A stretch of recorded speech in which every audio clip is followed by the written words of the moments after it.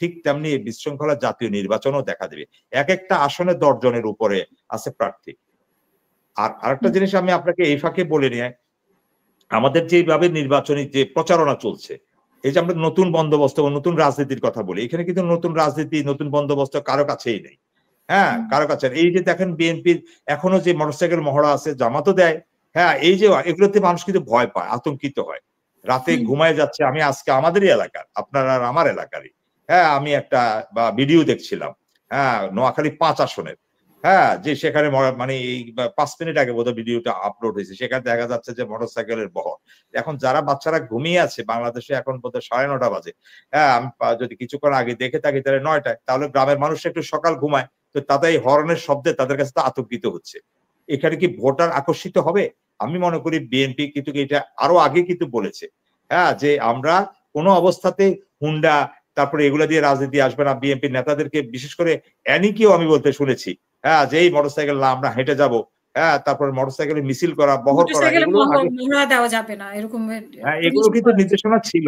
হ্যাঁ, কিন্তু এটা আস্তে আস্তে অকার্যকর হয়ে যাচ্ছে। অকার্যকর হয়ে যায়। অকার্যকর হয়ে যাচ্ছে। তো সুতরাং মানুষ এতে এই যে নতুন বন্দোবস্ত কিন্তু মানুষের মাইন্ড সেটে কিন্তু আছে। আমি আপনাকে নিশ্চিত করি বলে আবারও বলি। আমাদের অনেক ইকুয়েশন কিন্তু আমরা যেখানে বলছি এগুলো কিন্তু হচ্ছে। এখন আমরা আগে বলেছি, মানুষ এখন বলছে। জাতীয় সরকারের কথা এখন বলছে। বিপ্লবী সরকারের কথা এখন বলছে। ইউনূস সাহেবের সরকার দুর্বল ছিল এখন বলছে। কিন্তু আমরা এগুলো শুরুতেই বলছি। কিন্তু দেখা গেছে যে তখন এটাকে নিয়ে বিভিন্ন কথা হয়েছে। এখনো আমরা বলে রাখি, মানুষ কিন্তু তার নতুন বন্দোবস্তে তাদের যেহেতু স্টেক হোল্ডার জনগণ কিন্তু তাদের মাইন্ডসেটে সেটা নিয়ে নিয়েছে। আপনি মোটরসাইকেলের মহড়া দেন, গাড়ির মহড়া দেন, এটা দিলে আপনি মাইনাস হতেই থাকবেন। সেটা যে দলে করুক, জামাত করুক, বিএনপি করুক, এনসিপি করুক, আরো কেউ করুক, আমরা কারো কাছেই সেটা সেটা অনেকেই করতে পারে, অনেকে স্বপ্ন দেখতে পারে। এখন কথাটা হলো যে কি, নতুন নতুন আপনাকে থিম নিয়ে আসতে হবে। এই যে আমাদের, আপনি যে দেশে থাকেন, আমরা যে দেশে থাকি, এই যে অনেক সময় বিদেশে খুব মানে আওয়ামী লীগের ভয়ে, হ্যাঁ, আমাদেরকে তো বিভিন্ন দেশে, বিশেষ করে আপনি তো একটা দেশে থিত হওয়ার পরেও আপনি বিভিন্ন দেশ তো ঘুরেন। হ্যাঁ, বিভিন্ন ইউরোপে, সুইজারল্যান্ড থেকে শুরু করে জার্মান থেকে ফ্রান্স, সব জায়গায় আপনি যান। আপনি আমাকে বলেন, আমিও পালাই থাকতে থাকতে বিভিন্ন দেশ, ইউরোপ, এশিয়ার ভিতরে অনেক দেশ ঘুরেছি। আমি তো এত মানে একটা নির্বাচন নিয়ে এত হই হুল্লোড় তো দেখি। কি আছে নির্বাচনের ভিতরে? কি আছে একজন এমপির ভিতরে? কি আছে একজন চেয়ারম্যানের ভিতরে? মানে এই 4-5 বছরে আমরা তো কি পরিমাণ, মানে এই 15 বছরে বলেন বা শেষের 5-6 বছর বলেন, কি পরিমাণ একটা অস্থিরতার মধ্যে, মানে বাংলাদেশের রাজনীতি এখন সবকিছু রাজনীতি কেন্দ্রিক হয়ে গেছে। এখন মানুষ কিন্তু ঘুমাতে পারে না। এবং সবাই আপনার রাজনৈতিক অ্যাক্টিভিস্ট হয়ে গেছে। এখন কথাটা হলো, আপনি নতুন করে যখন রাজনৈতিক অ্যাক্টিভিস্ট হবেন, তাহলে এটা নিশ্চয় প্রশ্নের দাবি রাখে আপনার কি স্বার্থে আপনি এখন হচ্ছেন, আর যখন হওয়ার কথা ছিল আপনি হয়েছেন কিনা। আপনার ইতিহাসটা সবাই ঘাটুক, আপনি কবে থেকে রাজনৈতিক অ্যাক্টিভিস্ট করেন, আমারটা ঘাটুক। আমি তো ওপেন বলতেছি, আমি কবে সাংবাদিকতা করছি, কবে পত্রিকা সম্পাদনা করেছি, কবে আমি আস্তে আস্তে শিল্প প্রতিষ্ঠান তৈরি করছি, কবে আমি 53-54 বছর বয়সে এই জায়গায় আসছি। সবাই দেখুক, সমস্যা তো নাই, আমরা তো ওপেন বলতেছি। হ্যাঁ, আমার জেলার মানুষরাও তো চিনে আমাকে, যে আমি কখন সাংবাদিকতা করতাম, আমার লেখনীর কি ছিল, কতটুকু অবস্থান ছিল। এখন সব কথার মূল কথাটা হলো, এখন যারা আবার করেন, এখন যারা আবার নতুন করে হাজির হলেন, আমাদের কাছে তো এটা মানে রক্তক্ষরণ হয়, যে আইসে যখন ভুল ইন্টারপ্রেট করে দেয়, একটা ভুল মন্তব্য করে দেয়, তখন তো এটা খারাপ লাগে। আর আমি আপনাকে যেটা বলতে চাই, আপনি দেখেন ভুলটাই কিন্তু, গুজবটাই প্রতিষ্ঠিত হচ্ছে, বরং আমরা যারা সত্যটা প্রকাশ করতে চাই আমাদেরটা চাপা পড়ে যাচ্ছে, ভুলটা নিয়েই। না, আমরা তো তখন আবার ভুল জায়গায় চলে যাচ্ছি, আমাদেরকে ভুল কথা বলছে। হ্যাঁ, যেমন আপনার কিছুদিন আগে আমি একটা সিরিজ, একটা বক্তব্য আমি দেখেছি, আপনাকে অভিনন্দন। হ্যাঁ, আপনার একটা চিন্তা থেকে আপনি বলেছেন, হ্যাঁ, মানে বিএনপি শীর্ষ নেতার কথা বলেছেন, উনি কার দ্বারা যেভাবে নিয়ন্ত্রিত হচ্ছেন। হ্যাঁ, এই কথাটা ধরেন আপনি একজন সাংবাদিক হিসেবে আপনি যথার্থভাবেই বলেছেন, কিন্তু কথাটা হলো যে কি, মানুষ তো ফিল করে ওনাকে, মানুষ তো ফিল করে। এখন ওনার নিরাপত্তার বিষয়টা আমরা হয়তো বুঝি, এটা তো আমরা না বুঝবো না, কিন্তু গ্রামের সাধারণ মানুষরা তো বুঝে যে না, এই একজন কান্ডারি তো আমাদের দরকার। এখন সবাই কিন্তু ওনাকে ফিল করে ফিল্ডে, এখন আশা করে। এই যে বিএনপির ভিতরে একটা বিশৃঙ্খলা, এটা ওনার অনুপস্থিতিতে তো একটা বড় কারণ।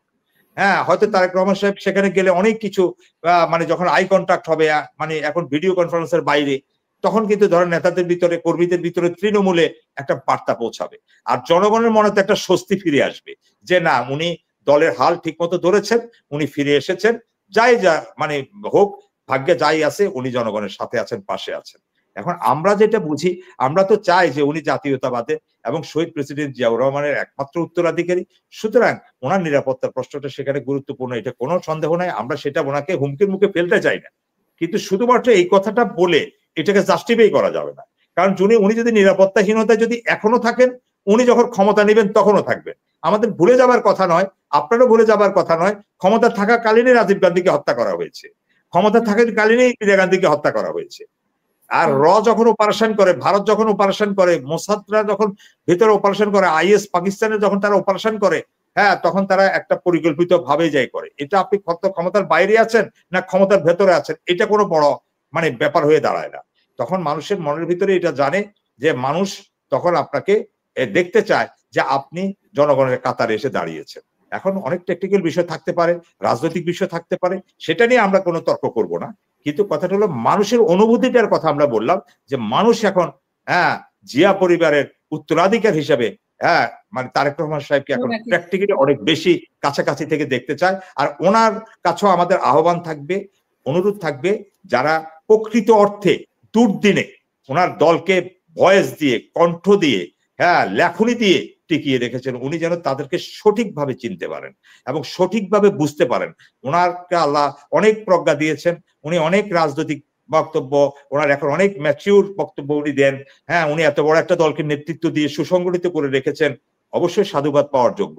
কিন্তু ওনার সেই বিচক্ষণতা দিয়ে উনি দেখতে হবে যে ওনার দুর্দিনে ওনার দলের 16, 17, 18টি বছর ক্ষমতা বাইরে থাকাকালীন কারা পাশে থেকে জীবনের ঝুঁকি নিয়ে যুদ্ধ করেছে আর কারা এখন মানে ওনার কাছাকাছি চলে আসছে।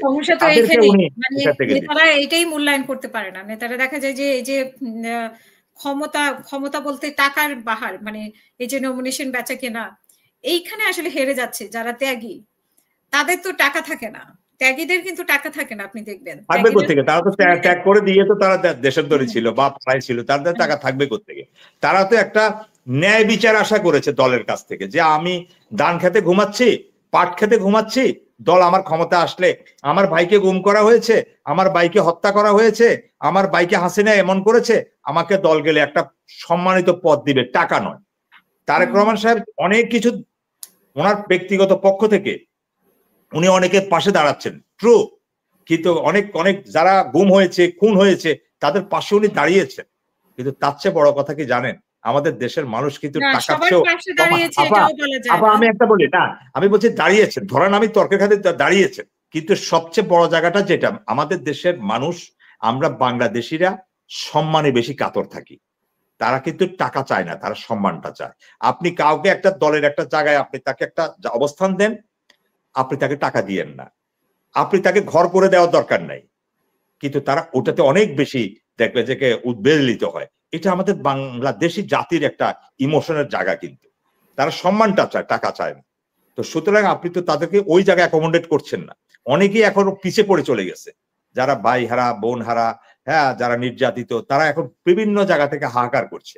হয়তো তারা তাকাই আছে যে দল কি করে, দেখা যাক, হয়তো কোনো একদিন কিছু হবে। ওই যে লোকলজ্জায় কিছু বলতে পারে না, না পারে সইতে, না পারে বলতে, কোনো একদিন সুবিচার করবে, এরকম সুবিচার করবে। আর না হলে এরাও তো ভেতর ভেতর বিট্রে করবে। এই যে আজকে জামাত এই জায়গাটায় আসছে, আপনি কি মনে করেন জামাতের ভিতরে, আমি আপনাকে বলি এই জায়গায় এখন বলি, জামাতের সাথে ঠিকই, জামাতের কাছে আওয়ামী লীগেরও একটা অংশ জামাতের সাথে কিন্তু ঠিকই যোগাযোগ করে, জামাত কিন্তু তাদের সাথে করছে, কিন্তু জামাতেরটা কিন্তু ধরা পড়ছে না, ঠিক আছে? কিন্তু বিএনপি কোনো একটা করলেই সেটার সাথে সাথে কিন্তু হেডলাইন হচ্ছে।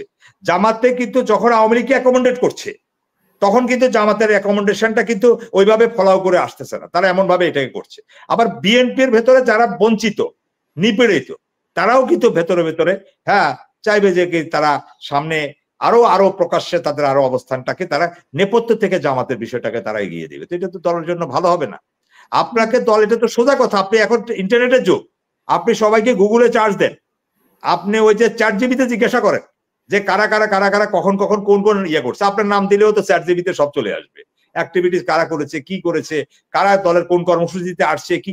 আর এখনকার যে রাজনীতির প্যাটার্ন দেখেন, এখানে কিন্তু কোন কর্মীর খুব বেশি মানে আধিক্য দেখালে হবে না, নেতাদের আধিক্য দেখালে হবে না, কারণ বাংলাদেশের রাজনীতিটা এখন জনগণের উপর নির্ভরশীল হয়ে গেছে।